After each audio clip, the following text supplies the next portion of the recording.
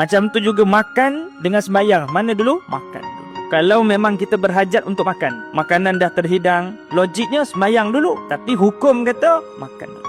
Kenapa dia? Mengelakkan bila dah lapar sangat, sembahyang jadi tak usyuk, teringat siakap tiga rasa. Makan dulu. Makan pun ala kadar je. Makan untuk apa? Untuk mendirikan solat. Maknanya makan sekadar untuk ada tenaga solat, bukan melantak. Itu maksudnya. Boleh makan dulu, tapi makan sekadar. Nanti lepas sembahyang sambung lagi. Macam bulan puasa, dah lapar sangat, sehari tak makan, makan dulu. Makan. Lepas tu sembahyang, sambung lagi. Tapi ustaz, saya nak sembahyang dulu. Sembahyang dulu. Dua-dua boleh. Nak sembahyang dulu boleh, nak makan dulu pun boleh. Kalau ala ustaz, Malaysia berapa jam je puasa? Dekat negara lain 22 jam puasa. Apalah sangat, sembahyanglah dulu. Silakan.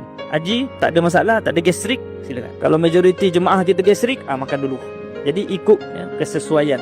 Allahumma salli ala sayyidina Muhammad. Jadi mana yang betul ustaz? Makan dulu ke sembahyang dulu? Dua-dua betul. Perlu makan dulu, makan dulu. Jangan bergaduh pula. Ya, apalah HJK Majlis Sani ni. Apa sembahyang dulu contoh. Apalah makan dulu. Dua-dua betul. Berapa gaduh? Tak ada yang salah pun. Dua-dua betul. Makan dulu boleh, sembahyang dulu pun boleh.